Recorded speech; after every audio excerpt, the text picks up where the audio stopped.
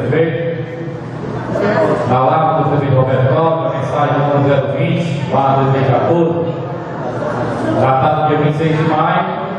que institui feriado no dia de jogos da Copa do Mundo FIFA de 2014. Essa matéria foi lida para as comissões de urgência e a gente veio aqui, vereador Joaquim Rocha.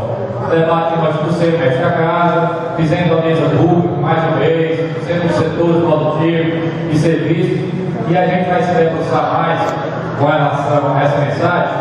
que é o projeto de lei 057/2014,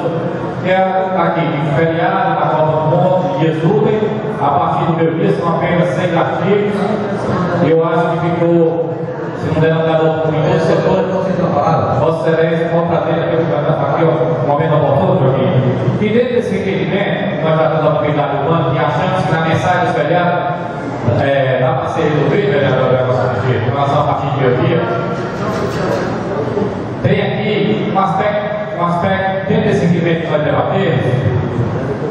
específico aos moradores em torno da Arena Castelão, com relação aos jogos da Copa de 2014.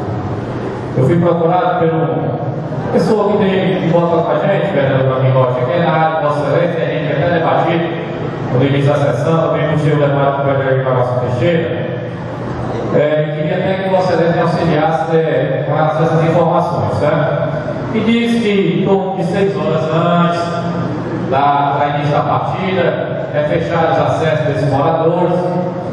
e não pode transitar, senão, se não chegar às suas residências dentro desse horário, que é fechada, isolada uma área com os bolsões, foi feito isso na conta das confederações, e nós achamos, vereador Carlos, que o município de Fortaleza, a prefeitura, o FIFO,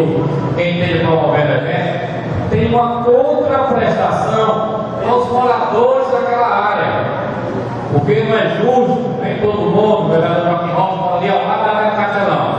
não tem um veículo para se locomover, nem todo mundo tem carro. Ali tem ali um bairro que muito heterogêneo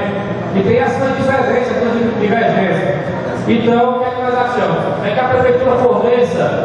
pequenos ônibus, aqueles micro-ônibus do Joaquim Rocha, para aquela população que mora ali próximo dos prédios, né, se locomover. Lembro que Vossa Excelência lutou muito na forma das confederações, vereador Teixeira. Eu vou passar a parte de Vossa Excelência para a gente que é levar, até porque nós temos tempo aqui.